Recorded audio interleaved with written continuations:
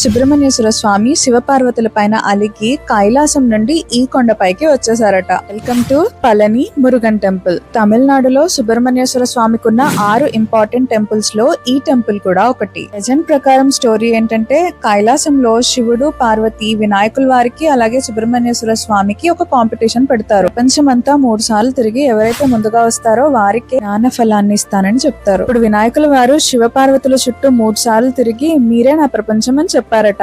ఆయన తెలివితేటలను మెచ్చుకొని శివపార్వతులు విఘ్నాధిపత్యాన్ని వినాయకుల వారికే ఇచ్చేస్తారు. ఇదంతా చూసిన సుబ్రహ్మణ్యేశ్వర స్వామి కోపంతో కైలాసాన్ని వదిలేసి ఈ కొండపైకి వచ్చేసారట. నార్మల్ గా అన్ని టెంపుల్స్ లో మురుగర్ చేతిలో వేలు ఉంటుంది కదా, కానీ ఈ టెంపుల్ లో మాత్రం మురుగర్ కర్ర పట్టుకుని దర్శనమిస్తారు. అందుకే ఆయన్ని దండపాణి అని పిలుస్తారు. అలాగే ఈ టెంపుల్ కి పళని అనే పేరు ఎందుకు వచ్చింది అంటే, ఫల అంటే జ్ఞాన ఫలం, నీ అంటే నువ్వే ఆ జ్ఞాన ఫలానివి మురుగా అని భక్తులు ప్రేమతో పళని అని పిలుస్తారు. మురుగర్ 6 పడేల్లో ఉన్న మిగతా 3 టెంపుల్స్ గురించి కూడా తెలుసుకోవాలి అనుకున్నట్లయితే వెంటనే మన ఛానల్ ని ఫాలో చేసుకోండి.